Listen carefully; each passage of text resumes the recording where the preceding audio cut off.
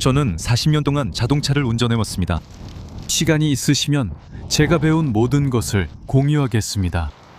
보시다시피 그 시간 동안 우리는 모두 국내산 자동차나 트럭을 사면 보통 저렴한 가격에 살 수 있다는 걸 알게 됩니다. 가격과 수리비가 저렴하며 많은 일을 할 수 있습니다. 혼다나 토요타 같은 아시아 자동차는 저렴하고 신뢰성이 높아 오래 탈 수 있습니다. 유럽 차량을 사면 운전하는 재미가 훨씬 더 있고 즐겁고 흥미진진합니다. 하지만 유지비가 매우 많이 듭니다. 알겠습니다. 그게 일반화된 말인 것도 알아요. 40년 동안 저는 훨씬 더 많이 배웠습니다. 여러분 각자에게 자동차 산업에 대해 아는 것과 배운 것을 물을 수 있을 것입니다. 그리고 아마 그것은 그와 많이 다를 것입니다. 사실 제가 최근에 배운 것들은 그런 일반적인 기대나 가정을 훨씬 뛰어넘는 것들입니다. 보세요. 국산 제품들은 한때 저렴하고 구입하기 쉬운 차량이었습니다. 글쎄요, 상황이 달라졌습니다. 이제는 더 이상 저렴하지도 않고 확실히 싸지도 않습니다. 또한 유럽 차들처럼 잘 고장나기도 합니다. 그리고 이제 제가 깨달은 건 많은 유럽 차량들이 이제는 경우에 따라 자국 브랜드 차들보다 훨씬 더 신뢰성이 높다는 점입니다. 저는 토요타, 혼다, 마츠다 같은 차들이 신뢰성 문제를 겪게 될 거라고는 한 번도 생각해 본 적이 없습니다. 그리고 이 차들이 예전의 제규어나 레인지로버보다 더 복잡해질 거라고도 상상하지 못했습니다. 하지만 상황이 많이 달라졌습니다. 그리고 제가 운전해온 모든 시간 동안 저는 자동차가 사람마다 다른 방식으로 기준을 충족시킨다는 걸 깨달았습니다. 제가 그동안 배운 것 중 하나는 만약 모든 것을 완벽하게 해내는 자동차가 단 하나 있었다면 우리는 도로에서 그 차만 보게 됐을 겁니다. 하지만 현실은 그렇지 않죠. 모두가 새로운 기아 스팅어에 열광해요. 저거 보세요. 정말 훌륭한 차량입니다. 왜 모두가 이 차를 사지 않는 걸까요? 시장에 좋은 선택지가 많아서요. 토요타, 만약 라브프가 완벽함의 정점이라면 왜 모두가 그 차를 사지 않는 걸까요? 선택지가 있기 때문이죠. 레인지로버, 럭셔리의 정점이죠. 당신이 부유하고 성공한 사업가라면 돈이 아주 많겠죠? 그럼 왜 그 차만 안 사는 걸까요? 많은 사람들이 아마 그 차만 소유하고 싶을 거라고 주장할 겁니다. 있잖아요. 하지만 저는 평생 100대가 넘는 자동차, 트럭, SUV를 소유해봤어요. 스포츠카, 쓸모없는 차, 그리고 유틸리티 차량까지요. 그리고 그 시간 동안 저는 차량마다 조금씩 잘하는 게 다르다는 걸 배웠어요. 트럭은 짐을 옮겨야 할 때 필요하죠. 트럭이 당신의 일을 대신해 줄 거예요. 하지만 누가 상상이나 했겠어요? 일본의 토요타, 닛산 같은 제조사들이 미국 트럭에 맞서고 더 신뢰할 수 있는 트럭을 만들 줄은요. 그리고 포드, 제너럴 모터스, 다치, 램에서 나오는 트럭들보다 더 좋은 성능을 보여줄 줄은요. 보세요. 우리는 다치 트럭이 이제 프리미엄 BMW보다 더 비싼 시점까지 올 거라고는 한 번도 생각하지 못했어요. 정말 세상이 변했네요. 세상이 완전히 뒤집혔어요. 보세요. 이제 이 제조업체들은 예전에는 정말 영리했죠. 그들은 한때 어떤 식으로든 값어치를 하는 제품을 만들곤 했어요. 그리고 제가 배운 건 그 가치가 무엇인지 알아야 한다는 거예요. 짐을 실어야 하나요? 재미있거나 부유하거나 고급스러워 보여야 하나요? 오프로드 가시나요? 스포티하게 보이고 싶으신가요? 돈이 많아 보이고 싶으신가요? 그냥 목적지까지 문제없이 가기만 하면 되시나요? 모든 차에는 그런 나름의 가치가 있거나 적어도 예전에는 그랬습니다. 보세요. 제가 배운 것은 이제 그 차이가 훨씬 더 좁혀졌다는 겁니다. 보세요. 이제는 패밀리카처럼 보이는 스포츠카도 나오고 있습니다. 예를 들어 BMW M카가 그렇죠. 여기 또 다른 대표적인 예가 있습니다. 메르세데스 벤츠 C63. 이건 스포츠카입니다. 정장을 입은 스포츠카입니다. 메르세데스입니다. 예전에는 메르세데스를 산다는 건 성공했다는 의미였죠. 그건 곧 최고의 럭셔리, 성능, 스타일의 상징이었습니다. 하지만 이제는 더 이상 그렇지 않습니다. 그리고 지금 메르세데스는 혼다나 토요타의 고급형이나 중급형 모델보다 더 저렴한 차를 만들고 있습니다. 이 시장에 무슨 일이 있었을까요? 럭셔리 자동차 브랜드가 대중차를 만들고 있습니다. 대중 자동차 제조사들은 럭셔리 차량을 만들고 있습니다. 현대 팰리세이드 같은 차량들을 생각해 보세요. 여러분은 지금 프리미엄 토요타 차량이나 고급스러운 일상 차량들이 더 많은 럭셔리 차량을 만들고 있다고 생각하고 계실 겁니다. 그리고 이제 럭셔리, 퍼포먼스, 스타일, 일상적인 신뢰성 사이의 경계가 점점 휘어지고 있습니다. 이 모든 것들이 이제는 의미가 없어지는 것 같습니다. 그리고 아시다시피 정말 오래전에 제가 자라면서 운전을 시작했을 때가 언젠지 생각해보면 아마 80년대 중반쯤이었던 것 같습니다. 제가 처음 운전면허를 땄을 때 값싼 차를 몰기 시작했습니다. 보세요. 여러분이 인생을 살아가면서 배우는 것 중 하나는 값싼 차를 사면 많은 사람들이 와, 정말 좋은 거래다 라고 생각한다는 겁니다. 이것도 제가 인생을 살아가면서 배운 또 다른 점입니다. 많은 사람들이 값싼 차가 좋은 거래라고 믿습니다. 하지만 보통 값싼 차는 그 반대입니다. 좋은 거래라고 생각할 마지막 것일 겁니다. 이 질문을 자신에게 해보세요. 저는 뼈저리게 깨달았습니다. 저도 그런 차를 몰아봤고 좋은 거래라 생각해 중고차를 샀었습니다. 저는 작은 피아트 차를 샀었는데 80년대에는 정말 좋은 거래처럼 보였습니다. 알고 보니 헤드 가스켓이 타져 있었고 클러치도 필요했고 휠 베어링도 망가져 있었습니다. 수천 달러나 드는 수리가 필요했죠. 하지만 그때는 좋은 거래라고 생각했어요. 또한 저는 주행거리가 비교적 적은 BMW가 좋은 거래라고 생각했었다는 것도 깨달았어요. 나중에 알게 된 사실이지만 차량의 주행거리보다 그 차량이 어떻게 관리되었는지가 앞으로 그 차량에서 기대할 수 있는 것들을 훨씬 더 잘 보여준다는 걸 곧 깨달았어요. 많은 사람들이 주행거리가 적으면 좋은 차량을 얻게 된다고 생각하죠. 하지만 저는 오토크로스에서 911을 타고 트랙에 나갔다가 단 100km 만에 클러치가 나가는 사람도 봤어요. 좋은 거래가 진짜로 좋은 거래인 경우는 드뭅니다. 그리고 많은 사람들이 말하듯이 이런 속담을 들어보셨을 거예요.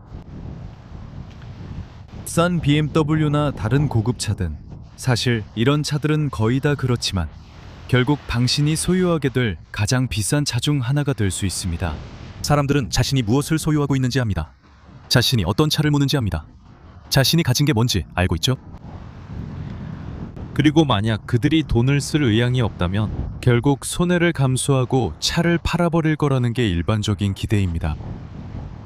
수천 달러를 들여 수리하는 대신 어떤 사람들은 당신이나 나를 속이려고 하거나 아니면 그냥 솔직하게 말하죠. 차에 A, B, C, D, E 같은 문제가 있으니 훨씬 싸게 팔겠다고요. 보세요. 많은 사람들이 자동차 업계에서 싼 거래가 좋은 거래라고 생각하지만 실제로는 거의 그렇지 않습니다. 그래서 여러분이 정말로 생각해봐야 할 것은 제가 여러 해 동안 깨달은 건데 여러분이 운전할 때 가장 중요한 우선순위가 무엇인가 하는 점입니다. 운전 경험에서 여러분이 얻고자 하는 것은 무엇인가요? 여러분은 뭔가 고급스러운 것을 원하시나요?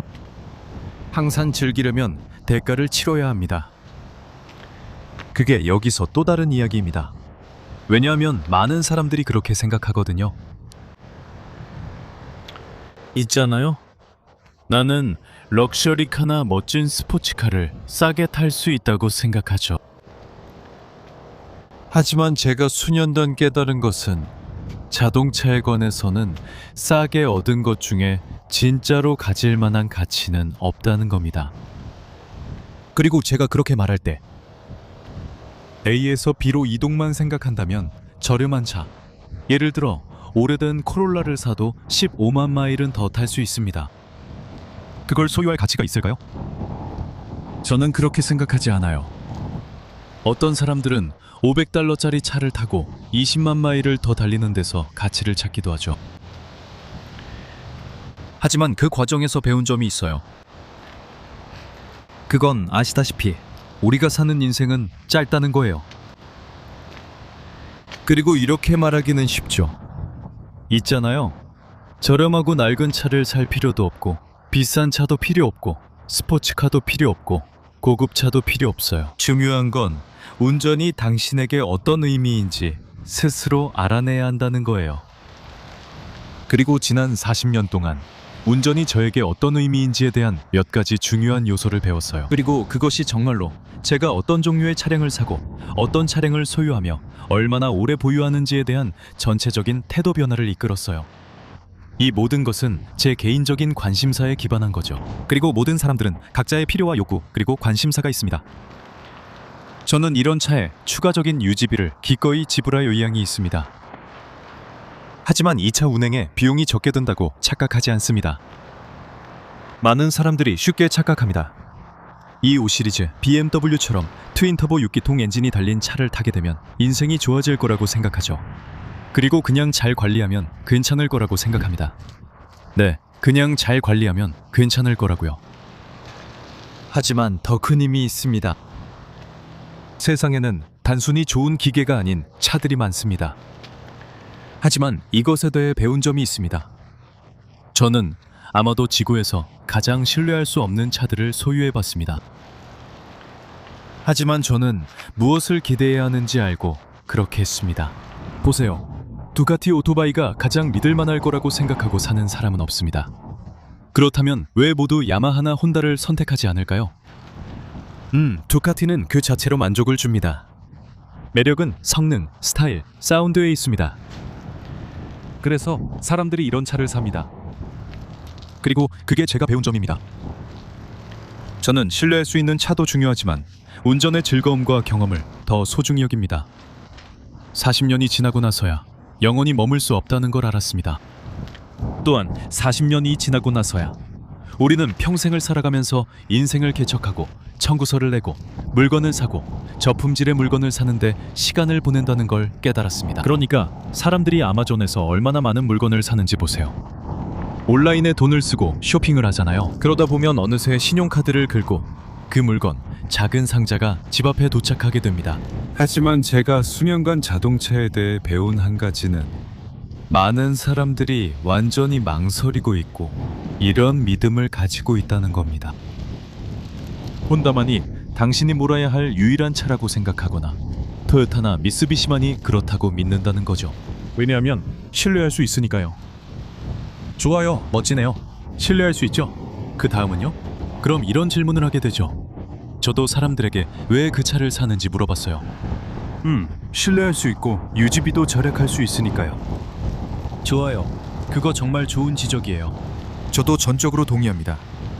정비소에 들어갈 일이 없는 차를 가진다는 건 정말 큰 장점이죠. 저는 차가 오래 정비소에 있는 게 싫어서 직접 운전하는 게 더 좋아요. 하지만 지난 세월 동안 우리는 모든 것을 겉모습만으로 판단할 수 없다는 걸 깨달았어요. 저는 제규어 F타입을 가지고 있었는데 JLR 그룹의 일부였죠. 그런데 그 차가 제가 소유했던 몇몇 혼다보다 더 신뢰성이 높았어요. 이상하게도요. 물론 유지비나 서비스 비용이 조금 더 높긴 했지만 유난히 고장이 많은 차는 아니었어요. 이제 사람들은 혼다를 당연히 선택합니다. 고민 없이 좋은 품질의 차라고 믿죠. 하지만 다시 말하지만 겉만 보고 판단하는 건 큰 실수입니다. 보세요. 사람들은 새 토요타 툰드라에 8만, 7만 달러를 쓰고 나서야 엔진이 망가졌다는 걸 알게 됩니다. 엔진이요. 이런 일이 생기는 건 사람들이 미리 조사하지 않기 때문입니다. 제가 자동차 업계에서 한 가지 배운 게 있다면 그것은 다시 말해 겉으로 보이는 것만 믿어서는 안 된다는 점입니다. 그 다음엔 내가 중요하게 생각하는 가치가 뭔지 스스로 물어보세요. 그리고 내가 중요하게 보는 가치가 믿을만하고 유지비가 적게 드는 것이라면 왜 유지비가 저렴하길 원하십니까? 거기서 중요한 요인은 무엇일까요? 바로 돈을 절약할 수 있기 때문입니다. 맞아요. 하지만 제가 이야기해본 많은 사람들은 종종 현관문 앞에 배달되는 물건들에 돈을 쓰는 사람들이었습니다. 그들은 다른 쓸데없는 지출에 돈을 낭비하죠. 반면에 어떤 사람들은 401k, TFSA, RRSP 같은 곳에 돈을 저축하려고 하고 미래를 위해 비상시에 대비해서 언젠가 은퇴를 위해 돈을 모으려고 노력하고 있습니다. 그리고 그들은 조사도 안 하고 자동차나 집 앞에 온 저품질 상품에 돈을 씁니다. 보세요. 많은 사람들이 그냥 사전 조사를 하지 않습니다. 그리고 그게 제가 수년 동안 배운 한 가지입니다. 모든 것을 겉으로만 보고 판단할 수는 없습니다. 왜냐하면 저는 100대가 넘는 차량을 소유해봤고 유럽 차량, 이탈리아 차량, 피아트, 일본 차량, 혼다, 토요타까지 다 소유해봤거든요. 포드도 소유해봤고 포드 디젤과 가솔린 차량도 있었어요. 램, 다치도 타봤습니다. 쉐보레도 타봤어요. 거의 모든 브랜드의 다양한 차량을 다 타봤죠. 그리고 많은 경우에 저는 신뢰할 수 있는 브랜드가 저에게 잘 맞을 거라는 가정하에 선택했어요. 그리고 많은 경우에 그 신뢰할 수 있다고 생각했던 브랜드들이 오히려 훨씬 더 큰 돈 먹는 하마가 돼서 결국 차량을 버리게 됐어요. 왜냐하면 우리는 종종 겉모습만 보고 판단하니까요. 우리는 누군가의 말을 듣거나 잡지를 보고 쉽게 속거나 토요타를 사라, 신뢰할 만하다. 난 혼다를 산다, 신뢰할 만하다는 말을 듣습니다. 물론 신뢰할 만한 토요타와 혼다 차량도 있습니다. 하지만 토요타와 혼다가 아닌 브랜드 중에도 정말 신뢰할 만한 차들이 있습니다. 그래도 요즘 모든 게 너무 비싸요. 그래서 제가 40년 동안 운전을 하면서 배운 것 중에 한 가지 말씀드리고 싶은 게 있다면 자신만의 가치 기준을 정해야 한다는 거예요. 다음 차를 살 때 여러분에게 중요한 게 무엇인지 생각해 보셔야 합니다. 외관이 마음에 들어서 차를 산다면 정말 멋진 일이죠. 솔직해집시다. 그러니까 기분 좋게 일요일 오후에 나가서 차를 닦고 싶잖아요.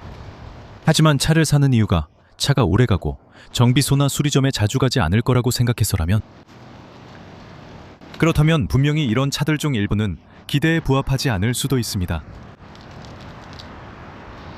하지만 그런 기대를 충족시켜줄 다른 차들도 많이 있습니다. 그리고 사람들은 자신이 정말로 사고 싶거나 필요하다고 느끼지 않는 차를 사도록 영향을 받기도 합니다.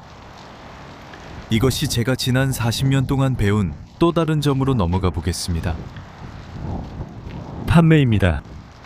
보세요.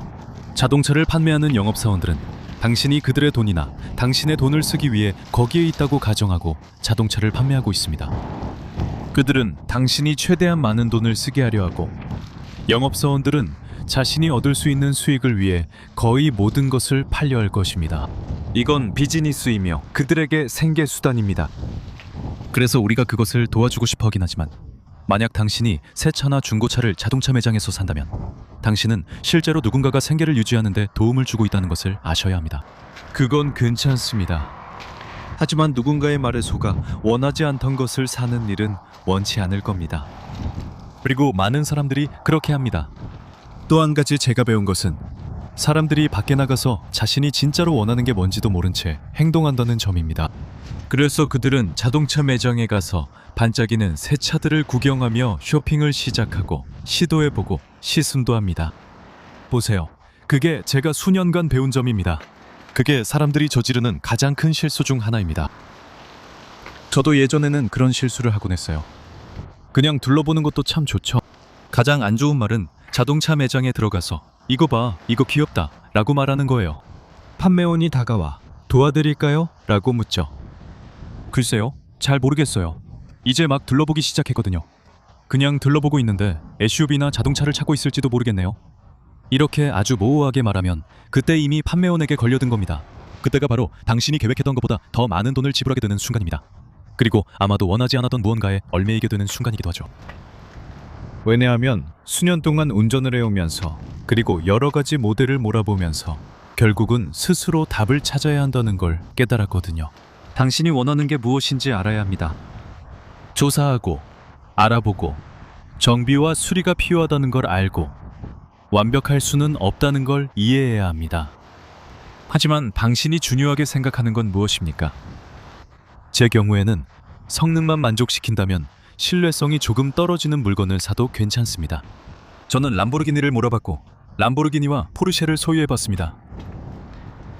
그리고 저는 그 차들을 신뢰성이 좋아서 운전한 게 아닙니다. 누구를 속일 생각도 없고요. 그 차들의 가치란 결국 멋진 주행 경험과 사운드에 있다는 걸 알고 있었습니다.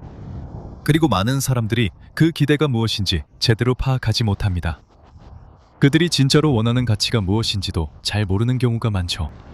예를 들어 정말 은퇴자라면 예산이 매우 한정되어 있고 수입도 많지 않으며 고정 수입만으로 생활하고 있어서 매달 할부금을 감당할 수 없는 상황일 수 있습니다. 그렇다면 그들에게 중요한 기준은 신뢰할 수 있고 유지비가 적게 드는 것일 수 있습니다. 하지만 의욕이 넘치고 이제 막 사회에 진출한 30대나 40대 경력을 시작한 신입이나 성장 중인 사람, 매일 정장을 입고 다니는 사람이라면 이야기가 다를 수 있습니다. 기분이 좋아지고 싶고 자동차 동호회 사람들과 어울리며 모임에 가는 것을 좋아합니다. 그들은 자랑이 아니라 더 화려하고 재미있는 걸 찾으려는 것 같습니다. 왜냐하면 제 생각에는 이것도 또 하나의 기대치이고 제가 배운 생각 중 하나는 항상 다른 사람들이 당신이 운전하는 모습을 보면서 생각하는 것에 맞추기보다는 자신에게 가장 좋은 것을 사야 한다는 것입니다. 왜냐하면 누군가가 당신이 운전하는 차를 보고 감탄할 거라고 생각해서 이 차를 사는 게 멋져 보일 수 있지만 바로 그럴 때 많은 사람들이 속게 되거든요. 그리고 저는 수년 동안 다른 사람들이 어떻게 생각하든 전혀 신경 쓰지 않는 법을 배웠습니다. 오히려 저는 실질적으로 만족을 주는 차를 운전하는 게 더 좋습니다. 운전감은 어떤지, 핸들링은 어떤지, 소리는 어떤지, 성능은 어떤지, 그게 바로 제 감각입니다. 저는 그렇게 자동차, 트럭, SUV, 오토바이를 봅니다. 차가 저에게 만족을 주는 게 중요해요. 남들이 어떻게 보는지는 신경 쓰지 않아요. 어차피 서로 모르는 사이니까요. 그래서 제가 배운 건 자신을 위해 운전하라는 겁니다. 남을 위해 운전하지 마세요. 하지만 너무 많은 사람들이 남들이 어떻게 생각할지에 대해 걱정하다가 거기에 얽매이게 됩니다. 저는 그런 걸 피하는데 전혀 문제 없었습니다. 그게 그 중 한 가지입니다. 지난 40년 동안 저는 주로 제가 운전하는 방식, 제가 좋아하고 차량에서 즐기는 것들을 바탕으로 그런 결정들을 내려왔습니다. 언론에서 뭐라고 하는지, 2020년 가장 핫한 신차가 뭔지, 2022년 최고의 신형 SUV가 뭔지보다는 말이죠. 다른 사람들이 뭐라고 하는지는 신경 쓰지 않습니다. 저는 듣고, 조사하고, 조건에 맞으면 당연히 한번 살펴봅니다. 하지만 제가 배운 한 가지는 사람들이 그냥 사고 대중처럼 쉽게 휩쓸린다는 겁니다. 자동차 시장에서는 그게 정말 쉽죠. 그래서 제가 또 하나 배운 것은 자동차 부품과 수리에 관한 것입니다. 그리고 수년 동안 제가 이런 차들을 소유할 수 있었던 방법은 다음과 같습니다. 제규어, BMW, 메르세데스, 페라리, 포르쉐 등 없는 게 없었죠. 저는 대부분의 차를 몰아보고 소유했습니다. 그리고 제가 그렇게 할 수 있었던 방법은 특히 젊었을 때, 수입이 많지 않았을 때 이런 차들의 유지비를 어떻게 감당할지 방법을 찾아야 한다는 걸 깨달았기 때문입니다. 글쎄요, 그런 건 미리 생각했어야 했지만 저에게는 재미있는 차를 모는 게 우선이었고 그게 제 나름의 가치 기준이었습니다. 하지만 이제 실제로 이 차를 어떻게 관리할 것인가, 이런 부품들은 어떻게 감당할 것인가, 그리고 정비 비용은 어떻게 감당할 것인가, 이제는 환경의 산물이 되는 거죠. 그리고 보세요. 제가 수년간 배운 한 가지는 이제는 제가 선택해서 들어온 환경의 산물이라는 겁니다. 그건 제가 몰 때 정말 흥미롭고 멋진 주행 경험을 주는 차를 산다는 뜻이죠. 그래서 이제는 저렴한 유지비만이 저를 움직이는 유일한 동기나 요인이 아니라 운전 경험이 저의 동기가 되고 유지비는 더 이상 중요하지 않아요. 하지만 이제는 제 환경의 결과로서 돈을 무한정 쓸 수 있는 형편은 아니구나 라는 걸 깨닫고 있어요. 저는 7자리 연봉을 받는 것도 아니에요. 그래서 이걸 고치는 법을 배워야겠다고 생각했어요. 이 차가 있으니까요. 메르세데스와 BMW가 있으니 이제 고치는 방법을 알아내야겠어요. 보세요. 요즘 너무 많은 사람들이 그 유행에 휘말려서 화려함만을 원하다가 결국엔 그걸 팔아야 하거나 포기해야 하거든요. 여름이 지나면 감당이 힘들기 때문이죠. 멋진 스포츠카를 샀다가 연말엔 유지비, 보관비, 정비비 등 부담을 느껴 처분해야겠다고 생각하게 돼요. 그리고 결국 그걸 팔아야 하죠. 차를 사러 갔을 때 주인이 1년이나 6개월밖에 안 타던 경우 보신 적 있나요? 정말 웃기죠? 그게 뭘 의미하는지 알 수 있습니다. 가치 기준을 잘못 잡았거나 아니면 단순히 감당할 수 없는 차였다는 거죠. 그래서 제가 깨달은 건 차라리 직접 공구를 다루고 이런 차들을 직접 고치는 법을 배우는 게 훨씬 낫다는 겁니다. 그러면 모든 유지비를 제가 감당할 수 있는 범위 안에 둘 수 있으니까요. 제가 부가티 베이론을 감당할 수 없다면 설령 처음에 살 수 있는 돈이 있더라도 그 차를 사지 않을 겁니다. 유지비를 감당할 수 없다면, 그 차를 돌볼 수 없다면 저는 그 차를 사지 않을 거예요. 하지만 너무 많은 사람들이 욕심을 부려서 지갑 사정보다 더 큰 욕심을 내게 됩니다. 감당할 수 없는 차를 사고 나서 결국 곤란에 빠지게 되죠. 혹은 더 나쁜 경우도 있습니다. 요즘 우리가 보기 시작한 건데, 제가 40년 동안 배운 것은 예전에는 현금으로 차를 사거나 아니면 $250, $300 정도의 2년짜리 대출을 받는 정도였다는 겁니다. 우리는 2-3년 만에 그 차를 다 갚았고 차는 거의 새 것이었습니다. 하지만 지금은 요즘 차량 가격이 너무 비싸다 보니 사람들이 절대 생각해서는 안 될 만큼 훨씬 더 많은 돈을 쓰고 있다는 걸 알 수 있습니다. 이렇게 멋진 새 픽업 트럭을 가지는 건 정말 좋죠. 여기 데날리가 있는데 보통 6.2 엔진이 들어가지만 괜찮아요. 여기에는 5.3이라고 적혀 있네요. 중요한 건 사람들이 이런 화려한 새 차량을 원한다는 거죠. 그건 멋진 일입니다. 하지만 그걸 어떻게 감당하죠? 이런 큰 자동차 할부금을 떠안는 일을 저는 계속 보며 배우고 있습니다. 사람들이 큰 곤경에 처했어요. 84개월, 96개월 자동차 할부 기간이요. 그러니까 6년, 7년, 8년 동안 자동차 대출을 갚는 거죠. 차를 매장에서 몰고 나오는 순간 감가상각 때문에 바로 차값보다 대출금이 더 많은 상태가 되는 거죠. 이제는 차도 못 팔고 돈을 잃을 뿐 아니라 대출 기관에 더 많은 돈까지 줘야 하는 상황이죠. 또는 차를 보상 판매하려고 할 때 차량의 보상 판매 가격에 추가로 돈을 더 얹어서 내야 하는 상황이 생깁니다. 왜냐하면 이제 그 차가 3년 정도 되었고 교환을 원하기 때문이죠. 하지만 적은 금액만 내고 너무 긴 대출 기간을 선택했기 때문에 이제는 실제로 추가로 돈을 더 내야 하는 상황에 처하게 된 겁니다. 이 차를 가져가서 교환하려고 할 때 실제로 차량의 보상 판매 가격에 더해 현금을 더 줘야만 차를 넘길 수 있는 상황이 됩니다. 사람들이 차값보다 대출금이 더 많은 상황에 처하면 정말 안타깝습니다. 그래서 제가 40년 동안 배운 한 가지가 있다면 항상 자신의 형편에 맞게 살아야 한다는 것입니다. 스포츠카나 픽업 트럭 또는 멋진 고급차를 살 여유가 있다는 건 좋은 일이죠. 모든 것을 살 수 있다는 건 멋집니다. 자신에게 맞는 가치 기준을 정하세요. 하지만 제가 항상 마음에 새기고 살아온 한 가지가 있다면 항상 자신의 형편에 맞게 살고 감당할 수 있는 것 이상을 욕심내지 말라는 것입니다.